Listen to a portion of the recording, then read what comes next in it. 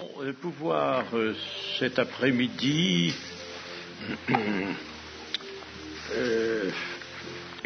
méditer sur la puissance de la mort de Jésus. Puissance de la mort de Jésus. Et nous aurons quelques petites lectures à faire préalablement. D'abord Matthieu 27, 57. Matthieu 27, 57 à 60. Nous allons être obligés de lire dans les 4 évangiles. Parce que de l'un à l'autre, nous avons des détails, des précisions qui se cumulent. Alors, chapitre donc 27 de Matthieu, verset 57. Le soir étant venu, arriva un homme riche d'Arimathée, nommé Joseph, lequel était aussi un disciple de Jésus. Il se rendit vers Pilate et demanda le corps de Jésus. Et Pilate ordonna de le remettre. Joseph prit le corps, l'enveloppa d'un linceul blanc et le déposa dans un sépulcre neuf qu'il s'était fait tailler dans le roc. Puis il roula une grande pierre à l'entrée du sépulcre et il s'en alla. Marie de Magdala et l'autre Marie étaient là, assises vis-à-vis du sépulcre. Nous lirons maintenant dans le second évangile, Marc, au chapitre 15 et au verset 42. Chapitre 15, verset 42 jusqu'au verset 46 inclus. Le soir étant venu, comme c'était la préparation, c'est-à-dire la veille du sabbat, arriva Joseph d'Arimathée, conseiller de distinction, qui lui-même attendait aussi le royaume de Dieu. Il osa se rendre vers Pilate. Notons bien ces détails. Il osa se rendre vers Pilate pour demander le corps de Jésus. Pilate s'étonna qu'il fût mort si tôt, fit venir le centenier et lui demanda s'il était mort depuis longtemps. S'en étant assuré par le centenier, il donna le corps à Joseph. Et Joseph, ayant acheté un linceul, descendit Jésus de la croix, l'enveloppa du linceul et le déposa dans un sépulcre taillé dans le roc. Puis il roula une pierre à l'entrée du sépulcre. Marie de Magdala et Marie, mère de Jose, regardaient où on le mettait. Nous irons ensuite au 3e évangile, celui de Luc, au chapitre 23 et au verset 50. 23, verset 50. Il y avait un conseiller nommé Joseph, homme bon et juste, qui n'avait point participé à la décision et aux actes des autres. Je fais une petite parenthèse, qui n'avait point participé à la décision et aux actes des autres, dans le Sanhédrin, bien entendu. Il s'agit là du procès fait à Jésus. Il était d'Arimathée, ville des Juifs, et il attendait le royaume de Dieu. Cet homme se rendit vers Pilate et demanda le corps de Jésus. Il le descendit de la croix, l'enveloppa d'un linceul et le déposa dans un sépulcre taillé dans le roc où personne n'avait encore été mis. C'était le jour de la préparation et le sabbat allait commencer. Nous arrivons enfin au 4e évangile, celui de Jean, et nous prenons au chapitre 19, le verset 38. Chapitre 19, verset 38. Après cela, Joseph d'Arimathée, qui était disciple de Jésus, mais en secret, par crainte des Juifs, demanda à Pilate la permission de prendre le corps de Jésus. Et Pilate le permit. Il vint donc et prit le corps de Jésus. Nicodème, qui auparavant était allé de nuit vers Jésus, vint aussi, apportant un mélange d'environ 100 livres de myrrhe et d'aloès. Ils prirent donc le corps de Jésus et l'enveloppèrent de bandes avec les aromates, comme c'est la coutume d'ensevelir chez les Juifs. Or, il y avait un jardin dans le lieu où Jésus avait été crucifié, et dans le jardin, un sépulcre neuf, où personne encore n'avait été mis. Ce fut là qu'ils déposèrent Jésus à cause de la préparation des Juifs, parce que le sépulcre était proche. Amen. Alors, nous avons beaucoup dans ces 4 récits, il est partout question de ce Joseph d'Arimathée. D'Arimathée, cela veut dire qu'il était de Ramathaïm, et qui était une localité située sur le territoire d'Éphraïm. Et c'était la patrie de Samuel, le prophète Samuel. Joseph, donc, qui est appelé Joseph d'Arimathée, était un homme riche. Il était aussi un conseiller de distinction. Et enfin, pour compléter ce portrait, il était bon et juste. Voilà donc un homme intéressant, riche, conseiller de distinction, bon et juste, et alors nous ajoutons à cela, disciple de Jésus en secret par crainte des Juifs. Il était donc disciple de Jésus en secret. Il attendait le royaume de Dieu, avons-nous lu aussi. Il attendait le royaume de Dieu. Donc il était disciple en secret, mais il savait exactement ce à quoi le menait sa position de disciple.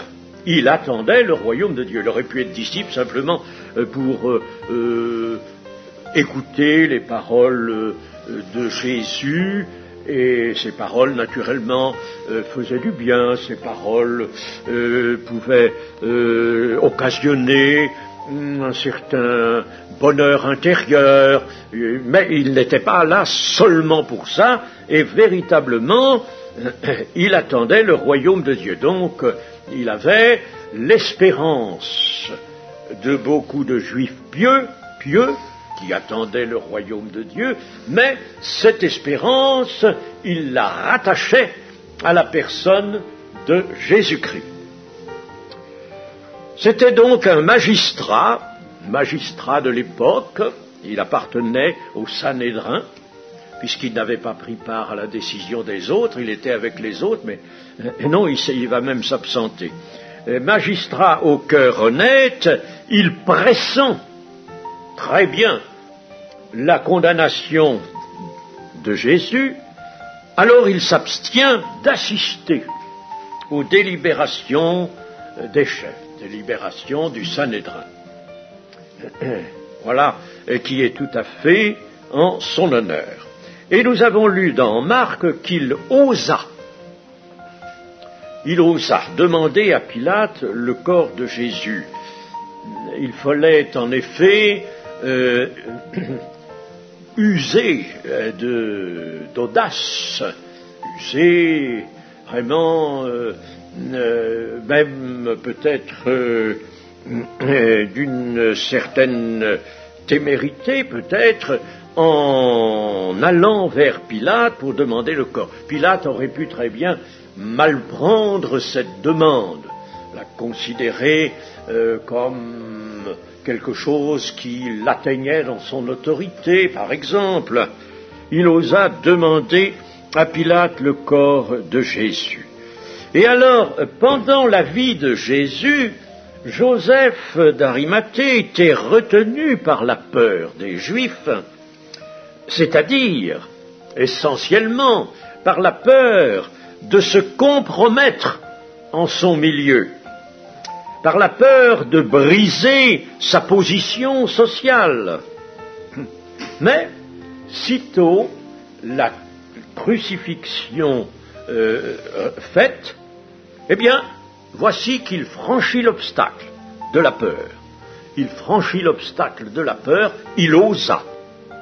Il osa faire une démarche auprès de Pilate qui l'engageait, qui le signalait ouvertement comme un ami de Jésus, de celui qu'on venait de mettre à mort,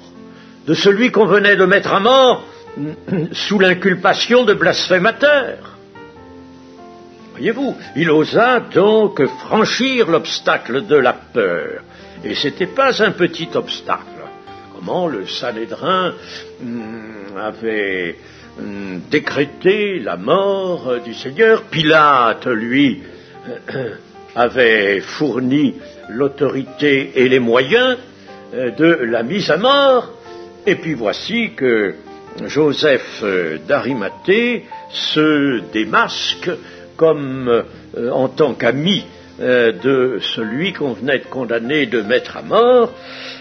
C'était pas quelque chose de très facile. Et puis n'oublions pas qu'il y avait dans le Sanhédrin ce fameux homme, ce Saul de Tarse, qui était lui méchant comme un loup à l'égard de Jésus et des disciples de Jésus. Jésus lui dira: pourquoi me persécutes-tu?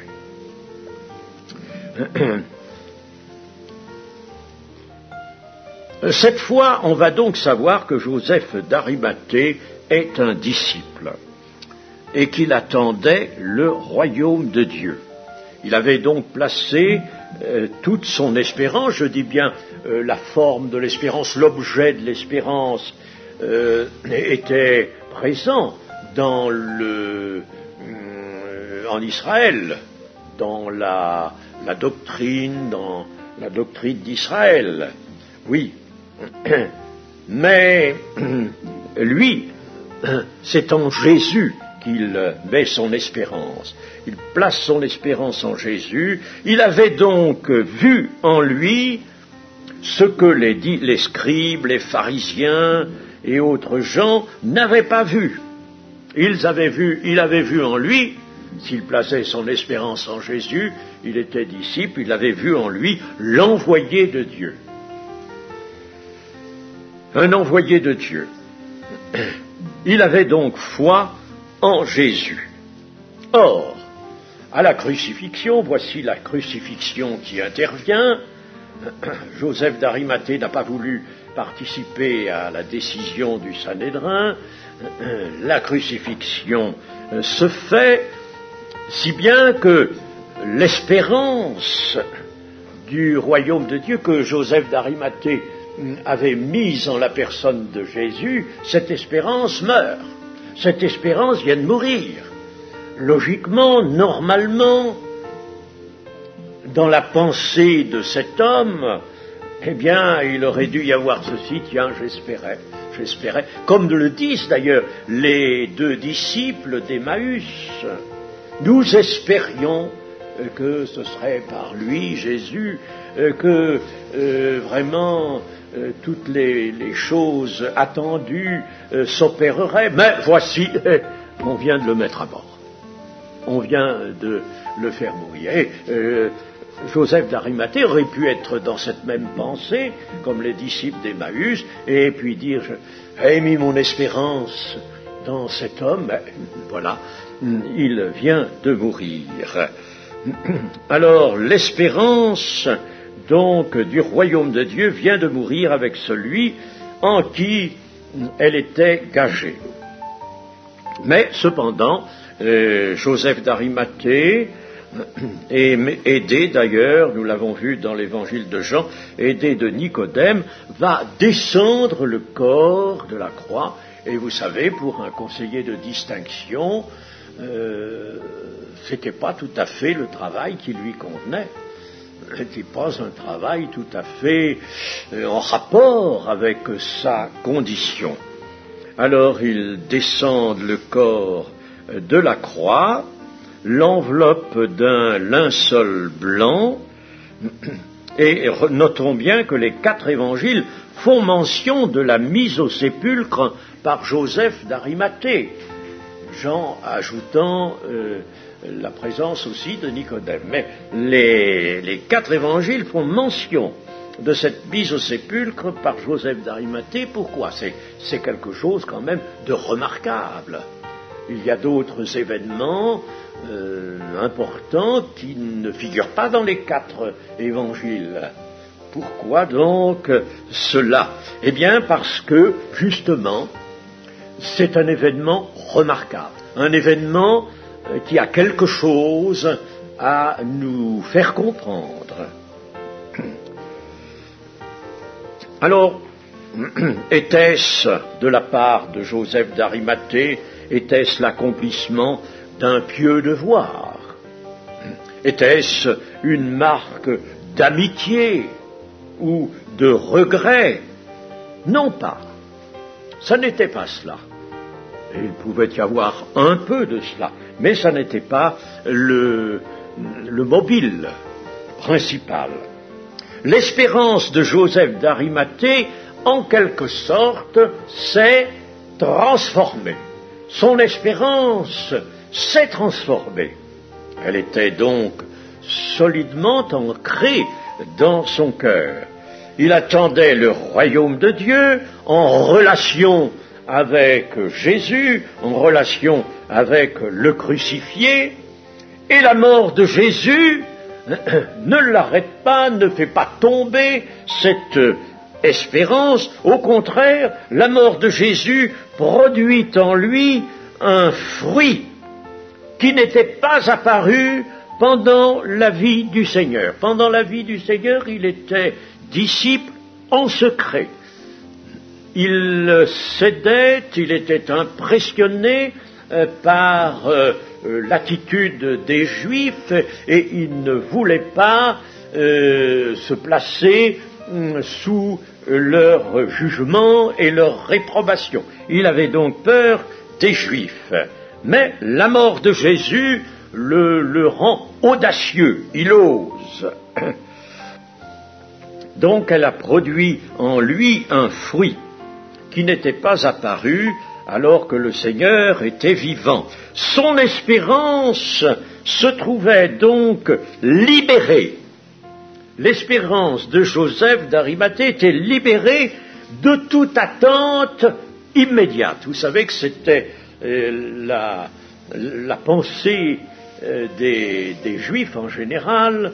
Ils attendaient le rétablissement du royaume. Même les apôtres vont le dire au Seigneur Jésus. Seigneur, quand le royaume sera-t-il rétabli ? Le royaume d'Israël, c'était, à leur vue, le royaume de Dieu. Voilà, il y avait la main romaine dessus, n'est-ce pas ?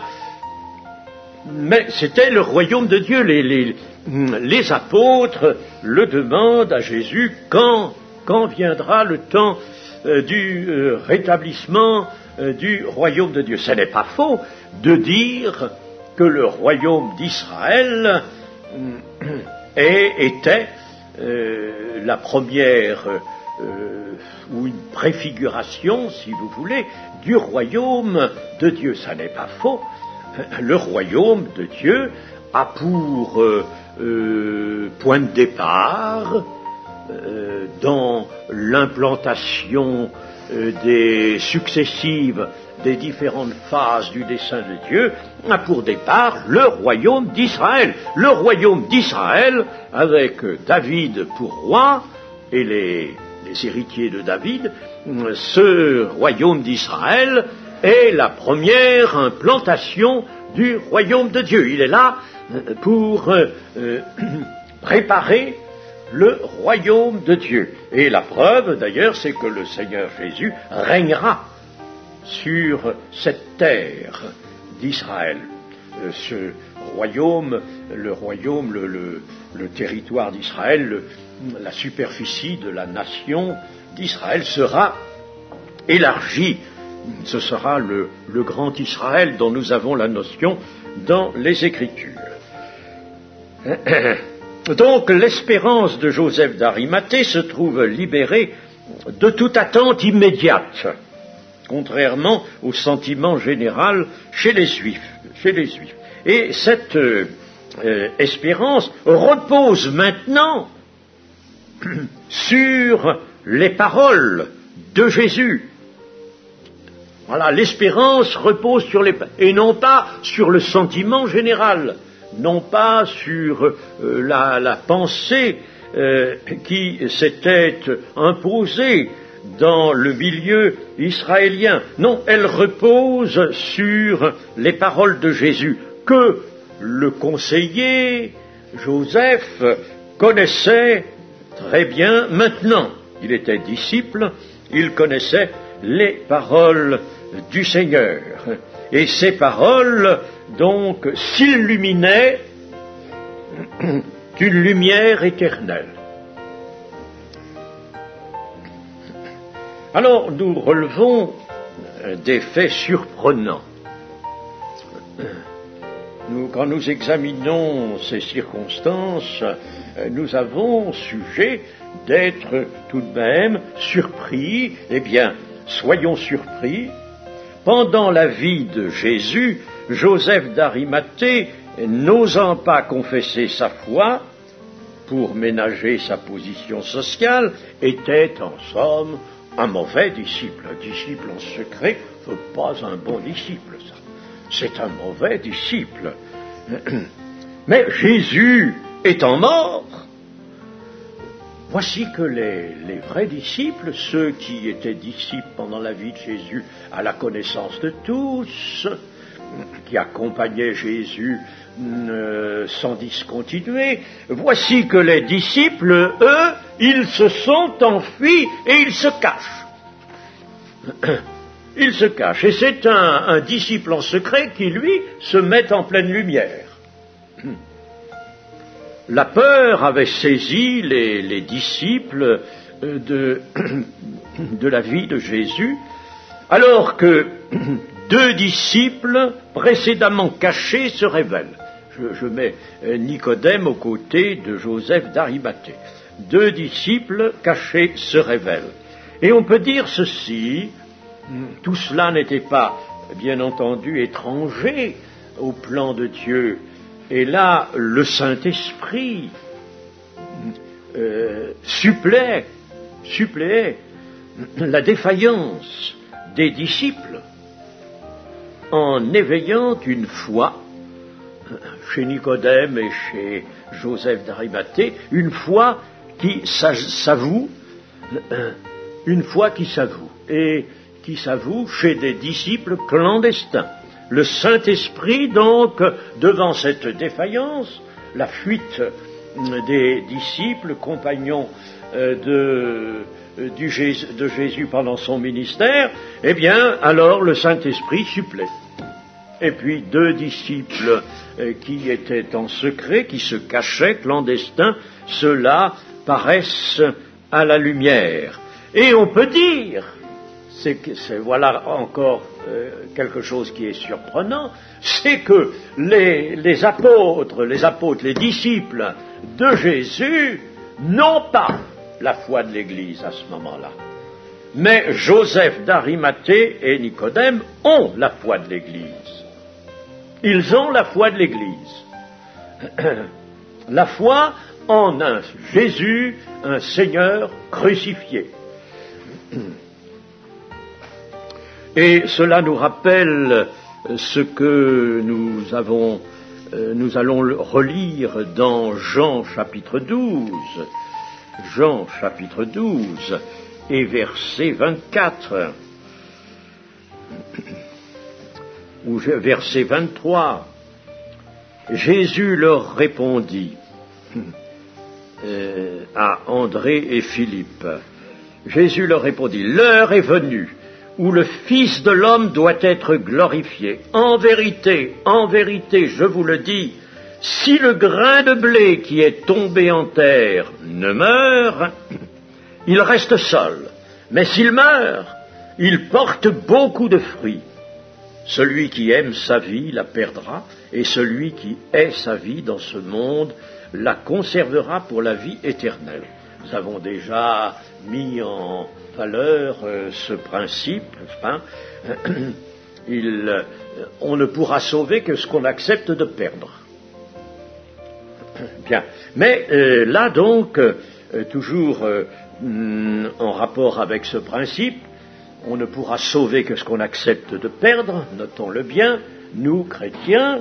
Eh bien, en rapport avec cela, nous voyons que le Seigneur Jésus, parlant de son œuvre, de lui-même, nous dit que si le grain de blé qui est tombé en terre ne meurt, il faut qu'il meure, il reste seul. Mais s'il meurt, il porte beaucoup de fruits. Il y a donc là une action surnaturelle. Elle est là, elle part de là, l'action surnaturelle. Une grande action surnaturelle.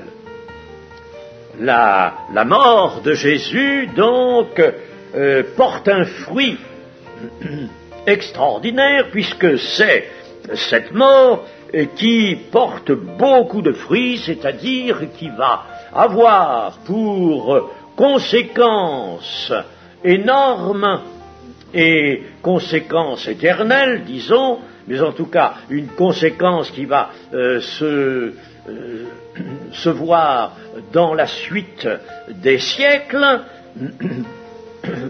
eh bien, le Seigneur étant mort, et cette mort du Seigneur produit un fruit, c'est-à-dire permet à des hommes, des femmes, en grand nombre, de devenir de vrais disciples du Seigneur et de recevoir la grâce de Dieu. Et Joseph d'Arimathée est atteint par ce grand principe. Voilà un homme, un disciple clandestin, qui est atteint par ce grand principe surnaturel. Il faut que nous notions bien cela. Il y a donc là quelque chose de surnaturel. Et il va immoler sa réputation pour un Christ mort. Alors nous sommes là encore devant quelque chose d'humainement incompréhensible, quelque chose devant quoi le raisonnement humain achoppe. Il va immoler sa réputation pour un Christ qui est mort. Mais son cœur lui parle de vie et d'espérance, et il prend place parmi les premiers témoins de Jésus. Le Seigneur Jésus n'avait pas été sans... donc nous avons relu là le passage de Jean 12 qui nous montre, qui nous rappelle une déclaration formelle de Jésus selon laquelle il faut que, tout comme le grain de blé qui meurt en terre, il faut qu'il meure, lui, qu'il soit mis en terre pour que apparaisse le grand fruit qu'il est venu apporter à la terre, le fruit d'hommes et d'âmes sauvées, c'est-à-dire, en somme, la constitution d'une humanité nouvelle. Donc, le grain est en terre. Mais Jésus avait aussi exprimé la chose dans son chant. Il avait chanté, vous savez, le Seigneur Jésus. Il avait chanté. Oh, ce n'est pas... les évangiles ne mettent pas la chose tellement en évidence, mais nous savons qu'il avait chanté, et notamment il avait chanté ce que je vais vous relire dans le psaume 118, au verset 17. C'est un psaume qui appartenait au grand Hallel. Le grand Hallel qui était chanté en Israël. Je ne mourrai pas, je vivrai, et je raconterai les œuvres de l'Éternel. L'Éternel m'a châtié. M'a châtié, nous savons comment, le plan du Père comprenait la mort du Seigneur. L'Éternel m'a châtié, mais il ne m'a pas livré à la mort. C'est-à-dire, il ne m'a pas livré à la mort éternelle, comme le dit Hébreux 5. Il ne m'a pas livré à la mort. Ouvrez-moi les portes de la justice. J'entrerai, je louerai l'Éternel. Voici la porte de l'Éternel. C'est par elle qu'entrent les justes. Je te loue parce que tu m'as exaucé, parce que tu m'as sauvé. Ça, Jésus a chanté ça, et c'était donc en étroite relation avec sa mission. Voici la porte de l'Éternel, n'a-t-il pas dit aussi, je suis la porte des brebis. Ainsi donc, Jésus a bien lui-même mis l'accent sur le fait que sa mort allait engendrer des âmes nombreuses, en nombre aussi grand que les grains de sable du bord de la mer. Donc sa mort allait engendrer à la vie beaucoup d'âmes, mais il fallait que lui, il passe par la mort. Alors l'histoire de Joseph d'Arimathée montre très bien la puissance que déploie la mort de Jésus. Jésus l'avait dit, mais nous voyons là, par l'exemple que nous fournit les attitudes successives de Joseph d'Arimathée, que la mort de Jésus déploie une puissance. Il y a eu d'autres témoins de la mort de Jésus que Joseph d'Arimathée. Il y a eu par exemple Luc 23, Luc chapitre 23 et verset 35, nous lisons au verset 35. Le peuple se tenait là et regardait. Les magistrats se moquaient de Jésus, disant, il a sauvé les autres, qu'il se sauve lui-même s'il est le Christ, l'élu de Dieu. Les soldats aussi se moquaient de lui, s'approchant et lui présentant du vinaigre. Il disait, si tu es le roi des Juifs, sauve-toi toi-même. Il y avait au-dessus de lui cette inscription, celui-ci est le roi des Juifs. L'un des malfaiteurs, crucifié, l'injuriait, disant, n'es-tu pas le Christ? Sauve-toi toi-même et sauve-nous. Mais l'autre le reprenait et disait, ne crains-tu pas Dieu, toi qui subis la même condamnation? Pour nous, c'est justice, car nous recevons ce qu'ont mérité nos crimes, mais celui-ci n'a rien fait de mal. Et il dit à Jésus, souviens-toi de moi, quand tu viendras dans ton règne. Jésus lui répondit, je te le dis en vérité, aujourd'hui tu seras avec moi dans le paradis. Voilà donc aussi un témoin de la mort de Jésus, le second brigand. Il y en a un, évidemment, lui qui ne voit rien, qui ne comprend rien, qui reste dans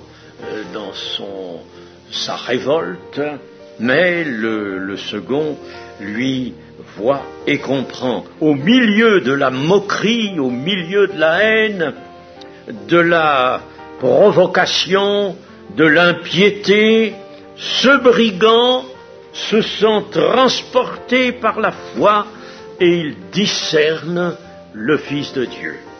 C'est vite fait. Vous voyez, il discerne le Fils de Dieu. C'est donc lui aussi un fruit de cette puissance surnaturelle que produit la mort de Jésus. Puis, au chapitre 23 toujours de Luc, et au verset 47, nous pouvons lire ceci. Le centenier, voyant ce qui était arrivé, glorifia Dieu et dit certainement cet homme était juste. Voilà encore un témoin de la mort, un témoin qui se révèle à la mort de Jésus. Jésus vient de mourir et le centenier, vous voyez, est touché, profondément touché, un fruit de la mort de Jésus. Certainement, cet homme était juste et il glorifiait Dieu. Lui aussi discerne le Fils de Dieu, et en somme, voici que la vue du cœur s'allume chez lui. Nous pourrions maintenant lire dans Marc 15 et verset 39, Marc 15, verset 39. Le centenier qui était en face de Jésus, voyant qu'il avait expiré de la force, dit assurément, cet homme était fils de Dieu. Il y avait aussi des femmes qui regardaient de loin. Parmi elles était Marie de Magdala, Marie, mère de Jacques le mineur et de Jose, et Salomé, qui le suivaient et le servaient lorsqu'il était en Galilée, et plusieurs autres qui étaient montés avec lui à Jérusalem. Mais là, nous voyons qu'il y a réellement une différence entre l'attitude qui nous est signalée du centenier. Assurément, cet homme était fils de Dieu, vous voyez, il discerne le fils de Dieu.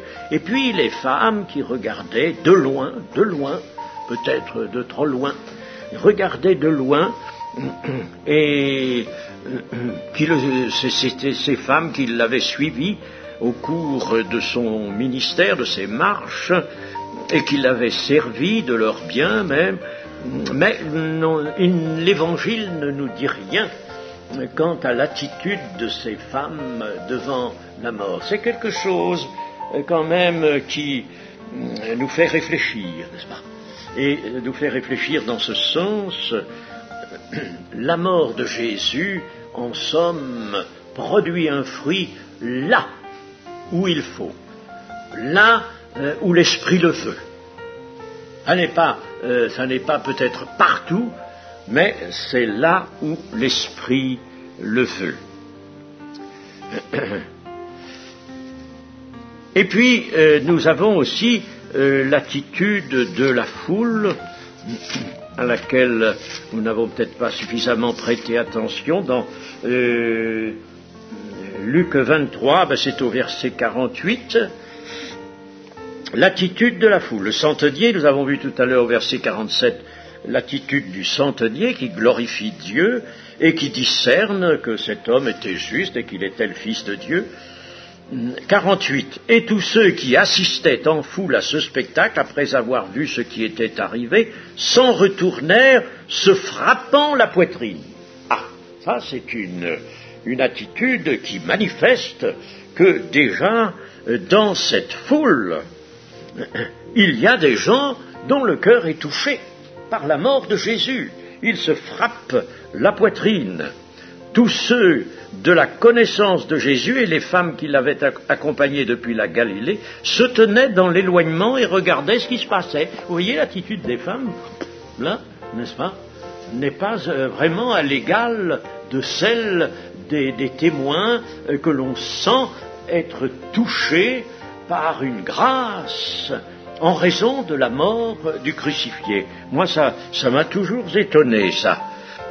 Tous ceux de la connaissance de Jésus et les femmes qui l'avaient accompagné, en somme, on peut dire que ceux qui étaient ouvertement ses disciples pendant le cours de son ministère, eh bien, à sa mort, ils ne se révèlent pas vraiment comme de bons disciples.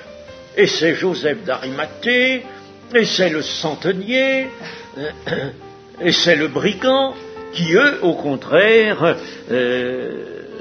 manifestent la transformation dont ils sont l'objet par le fait d'une grâce divine. Donc il y a dans la foule des gens qui éprouvent un sentiment de culpabilité et un besoin de repentance. Ils se frappent la poitrine, un besoin de repentance. La mort de Jésus amène donc à ce besoin de repentance. Et cette circonstance que nous venons de lire là, au versets 48 et 49 du chapitre 23 de Luc, cette circonstance annonce déjà de loin la repentance et la conversion de beaucoup de gens. Il y aura des pharisiens qui se convertiront. Annonce aussi de loin la repentance et la conversion finale du peuple juif. Et que le peuple juif va se convertir bientôt peut-être, comme nous l'apprend le chapitre 12 de Zacharie. Alors, revenons sur le crucifixion de Jésus et sur sa mort. Il faut absolument que nous recevions en nous la force que déploie la croix. Quand nous parlons de la croix, n'est-ce pas, il faut bien parler de la mort du juste, de la mort de celui que Dieu a envoyé comme victime propitiatoire, selon son grand amour. Alors, il faut que nous considérions la force que déploie la croix du Seigneur Jésus. Et comme Paul, nous pouvons arriver à ce qu'il nous dit dans le livre, dans l'épître aux Galates, « J'ai été crucifié avec Christ. J'ai été crucifié avec Christ. » L'apôtre Paul ne parle pas là de quelque chose de littéral, mais il a été crucifié, c'est-à-dire le crucifixion du Seigneur Jésus s'est reporté en moi en toutes ses conséquences. Je porte, même dira-t-il, les stigmates, non pas toujours, n'est-ce pas, à prendre dans un sens littéral. Il ne s'agit pas de tomber dans les, disons, la superstition catholique. Ce ne sont pas des stigmates visibles dans les mains, mais il veut dire qu'il porte toutes les conséquences, toutes les marques, et même il ajoute aux souffrances de Christ pour l'Église. Donc, il peut dire, j'ai été crucifié avec Christ. Et aussi la mort. Je disais que la mort du Seigneur Jésus a pour nous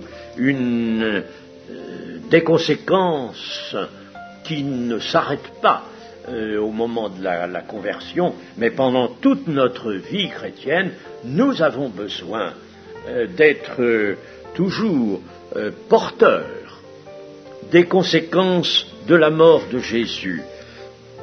Je voudrais voir cela dans le chapitre 4 de 2 Corinthiens, chapitre 4 de 2 Corinthiens, au verset 7. Nous portons ce trésor dans des vases de terre, afin que cette grande puissance soit attribuée à Dieu. Voyez-vous, quelle grande puissance? La grande puissance qui découle de la mort de Jésus, du crucifixion de Jésus. On entend beaucoup parler de la croix, c'est bien, mais il faut que nous sachions que quand nous disons la croix, nous disons la mort du Seigneur. Paul le dit dans 1 Corinthiens, nous annonçons au moment de la scène, nous annonçons la mort du Seigneur jusqu'à ce qu'il vienne. Nous l'annonçons. La mort du Seigneur, donc, est génératrice d'une grâce divine qui ne tarisse pas. Nous portons ce trésor dans des vases de terre afin que cette grande puissance soit attribuée à Dieu et non pas à nous. Nous sommes pressés de toute manière, mais non réduits à l'extrémité, dans la détresse, mais non dans le désespoir, persécutés, mais non abandonnés, abattus, mais non perdus, portant toujours avec nous dans notre corps la mort de Jésus. Portant toujours avec nous dans notre corps la mort de Jésus, afin que la vie de Jésus soit aussi manifestée dans notre corps. Il est impossible que nous disions ce n'est plus moi qui vis, c'est Christ qui vit en moi, comme l'a dit Paul, si auparavant nous ne pouvons pas dire aussi j'ai été crucifié avec Christ. Et si je vis, ce n'est plus moi qui vis, c'est Christ qui vit en moi. Donc, porter la mort de Jésus pour avoir aussi la puissance de sa vie. On ne peut pas dissocier, donc, la puissance qui découle de la mort de Jésus si nous voulons aussi la puissance de sa vie. Car nous qui vivons, nous sommes sans cesse livrés à la mort à cause de Jésus, afin que la vie de Jésus soit aussi manifestée dans notre chair mortelle.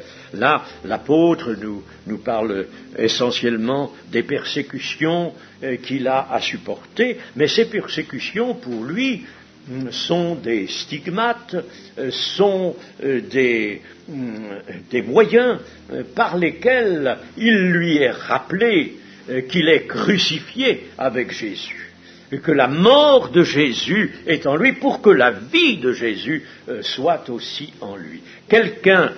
Un chrétien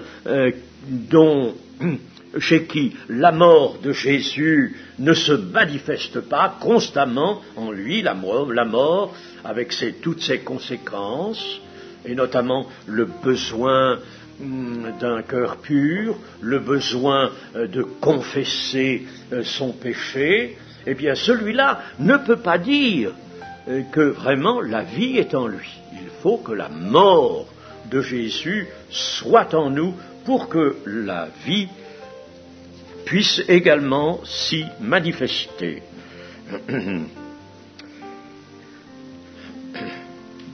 Jésus-Christ crucifié.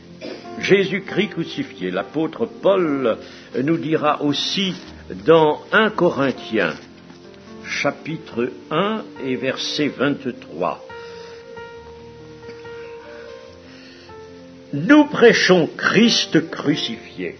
Nous prêchons Christ crucifié. Scandale pour les Juifs. Folie pour les païens. Il faut que ce soit cela.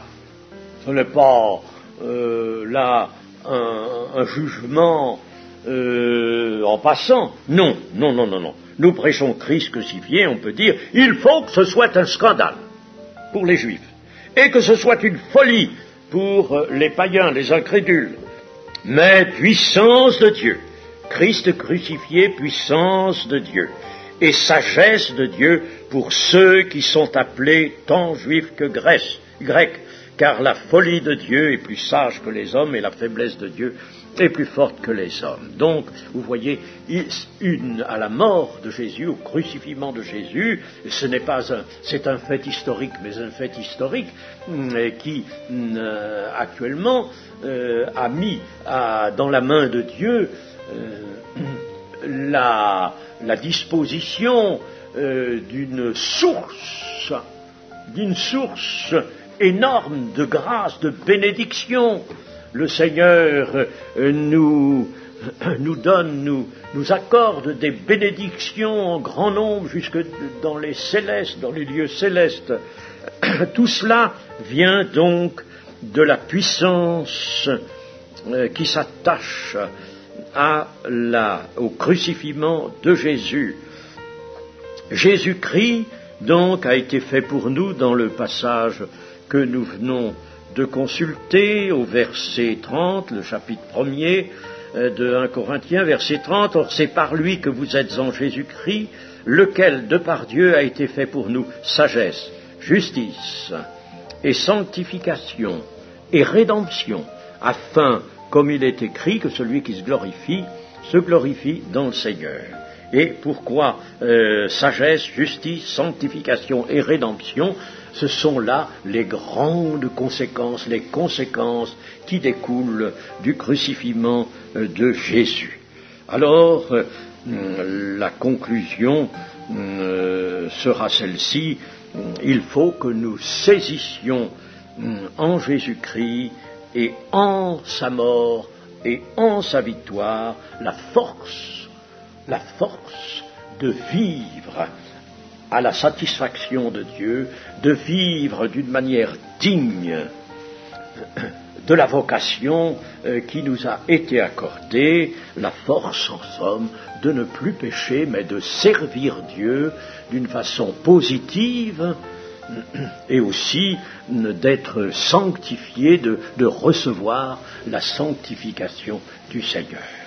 Et pour cela, il faut que nous pensions que c'est le crucifixion, la mort de Jésus qui engendre cette puissance, cette grande puissance descendant du ciel et qui nous parvient sous forme de bénédiction et de grâce sans nombre.